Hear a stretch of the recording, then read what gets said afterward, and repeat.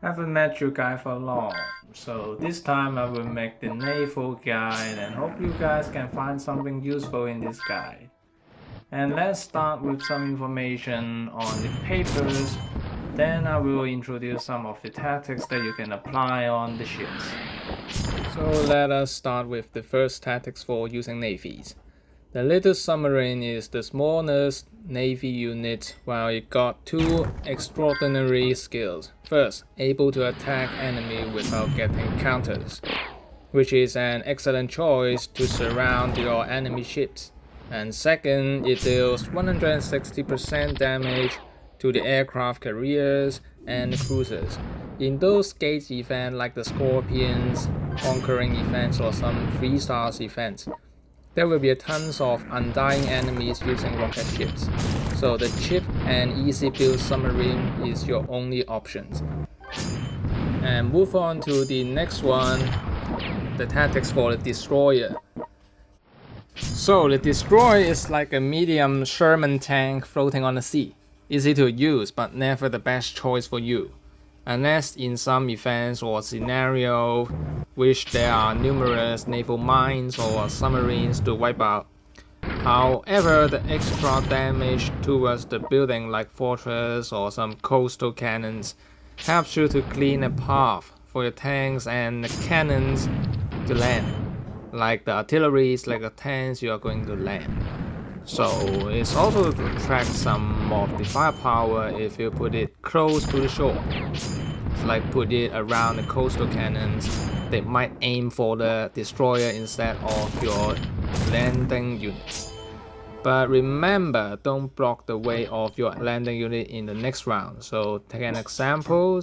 If your tank is going to arrive the shore in the next round, do not try to put the destroyer on that, else you will waste 1 or 2 rounds on the landing. And the third part will be the cruiser. The cruiser is like the Tiger Panzer in mid. The tankiest unit before adding elite force. The tactics are quite easy. Always use the advantage of 2 tiles attack, which can avoid trigger submarines counterattack as well as any units with 1 grid range only. So you move away from the enemy each round and just attack and repeat. This cycle can easily take out the enemy without generals. Just a reminder that it is the best way to take out fortress in events other than using nuclear bombs. Especially the events would not allow you to make enough nuclear bombs or missiles resource before the time limit. It's like the war zone. In those rounds, you're most likely to use the cruiser to destroy a fortress. They won't provide any nuclear bomb for you, just to remind that. And try to put some generals in cruiser and leave it 2 tiles within the enemy fortress, since the fortress will find the least health target that cannot counterattack it. If there is only 1 battleship in the range, the counterattack of the cruiser will help much in the events or some war zones. Even usable in some hard game modes like the nightmares in Barbarossa or some this kind of events involve of some slightly sea battles. And the next one will be aircraft carriers. So aircraft carriers are always the trashiest unit in Worldcon 4. However, EasyTech is trying to buff this thing and make it as strong as it never was. Anyway, focus on the tactics. The carrier will never go in front of the ships, no matter what circumstances. It is a fragile cardboard which cannot defend itself even surrounded by 2 submarines. Aircraft carriers always act like a distant support units to take out the fragile units within like 20 or 30 health spawn only, and to save the ammo of the frontline battleships or even the land troops, which means your target is aiming on weak infantry or artillery instead of some heavy tanky stuff. But with generals, it will be another story, and I will explain it later in those general statics. And as mentioned, those super submarines or cruisers or some aircraft carriers are just the same with a higher statistics only, so I would not discuss it further on those. Also, the elite naval troops are based on the basic types of the ships above, so the overlapping features would not mention again. That much in the coming Elite Force sections. Conclusively saying super battleships and submarines or even the carriers are just a slightly better version of their basic models. The functions are basically the same. So in the coming parts we'll discuss about the Elite Force, and I won't discuss the max level circumstances as most people would not have that. So the first one, the Type VII Submarine from Germany. The Perk 3 is the most likely to beat his features. The Wolfpack tactics, the damage is increased by 50%, and when attacking transport ships, the damage is increased. So, the only difference is the damage towards the transport ships units is higher than the original submarine.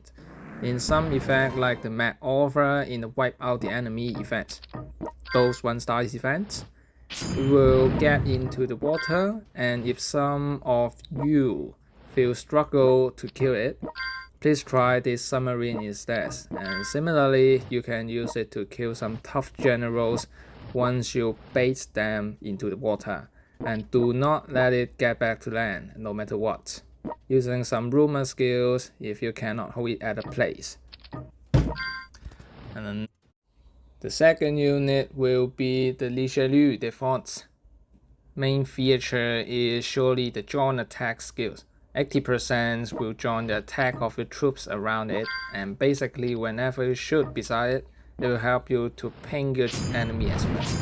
After a long time using for myself, it can guarantee a 500 to 600 damage whenever it joins your attack. So put generals like Yamaguchi's on the Richelieu can erase the enemy like the pencil drawings. All those tough kinds of targets like the fortress and the heavy tigers, and then all gone. And the next unit force will be the HMS Prince of Wales, aka the water bomber. So you can plant water mines every round, and yes, not quite painful to those enemies in ships anyway. So since those kinds of ship enemies easily having over 1000 health, so it merely does a scratch on it, but it's a great way to disturb your target, but never a formal way to win a battle. So if your enemy isn't on the mines, it's kind of useless after all. So the main cannon is outstanding for taking fortress and building like the other cruisers. So of course the overall ability is cheaper and kind of shame by its name. So it's kind of weaker than the Richelieu, but it is an easy to get elite navy force for the beginners to start with, so it's pretty good for those scenarios. For me, the submarines and the HMS Prince of Wales is the first elite force to unlock, so it's pretty useful from the beginning. And the next one will move on to the Akagi. So it's time for the legit maritime air force. So Akagi is famous on the history, but not in this game. What a shame. The ability is kinda speechless as a elite force, able to attack multiple times. Yes, it deals more damage and able to make area damage, but all of these are being useful while it reaches level 5 or above. Not quite practical for all the beginners, well, unless you pay for it. The Akagi must aim for a pack of enemy, or you're gonna waste 2 rounds for cooldown. If there are destroyer or submarines around your target, please aim them first, as they have no anti-air defense.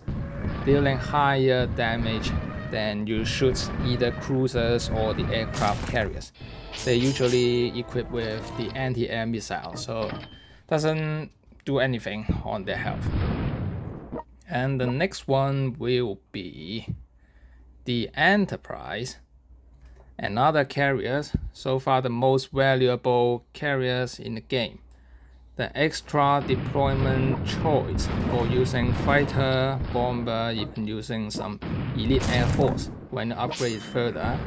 The flexibility of choosing planes lets you maximize your damage towards the enemies and save certain kinds of monies and times and use air force from the city. So if you are a level 5 Enterprise, just like me, you may have 4 times to attack. So the first one is this original attack and 2 kinds of the bombers and 1 fighters, so it's total at 4 times. And with some legit generals like the Chenots, you can get it for free, and the Dolding as well. If you are the beginners, it is possible to deal 500 damage towards small units like the submarines, and more than that. Be smarter, just like the Germans, put anti-air guns on tanks. So you can actually put your planes on enemy small units, especially like the medics. You never want them to heal your enemies each round, especially the enemy generals. It will be a big trouble if you cannot take it out on time. And same way of speech in the Air Force video, there is no unfairness, but the way you use the resources on hand. So since the World Conqueror is never a game that you can really play without your brain, guys. And the next one will be the Typhoon-Class Submarine. Shooting missiles each round, and surely you can plug the purple gainers generals in it. But not for the free-to-play players.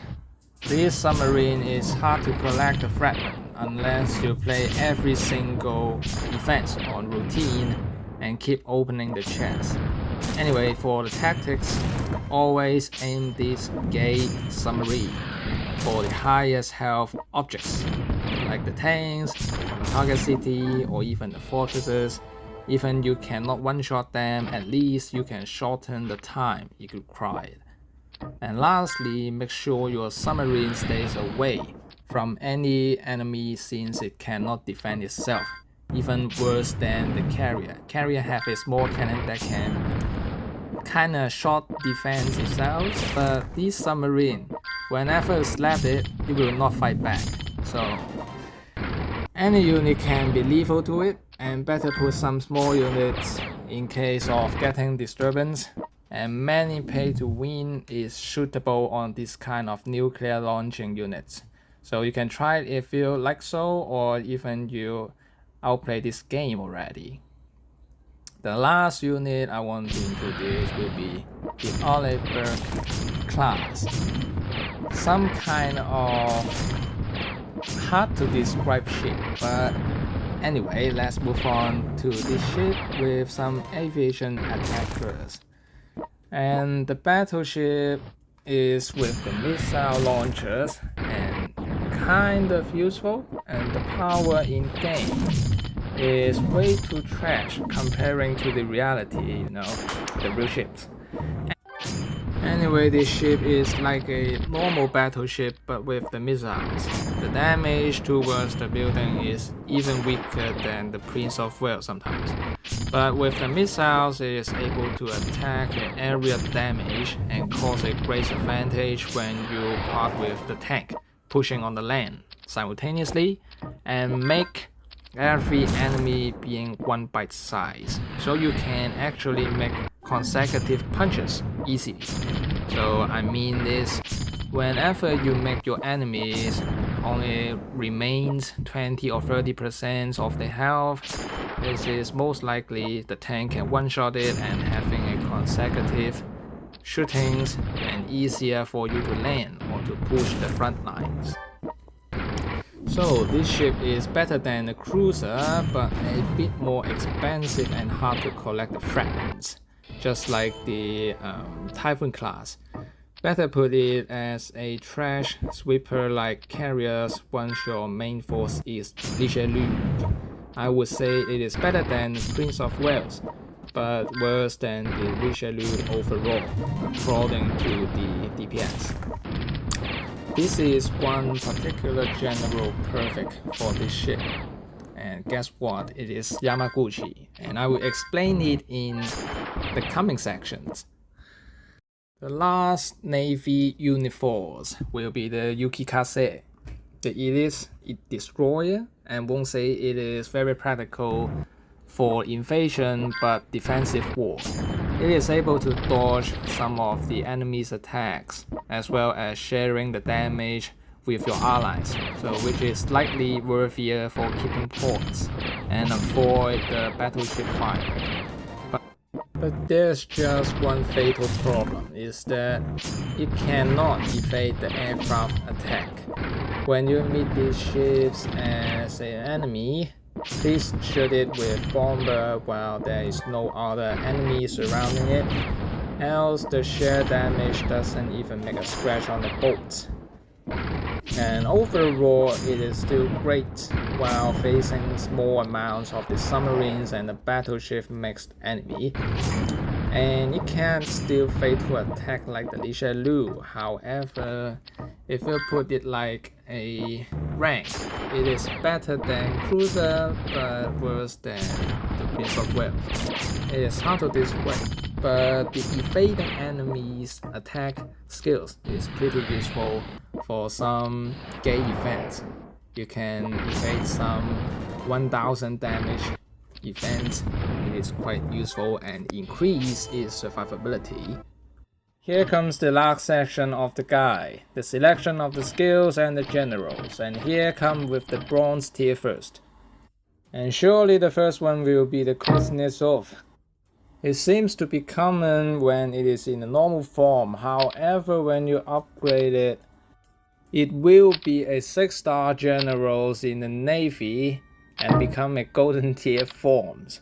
And the first skills it got, the joint offensive, which is way too useful, and after attacking 100% chance to mark down the target and the other enemies within one grid, the targets will receive more damage than the usuals. And the empty 2 slots I strongly suggest to use the early warning or the fighting spirit if you want. Those 2 skills are the more practical skills for all the generals in the Navy. And the next one will be the Fletcher, 5 stars Navy generals, but the skills is quite good for this price.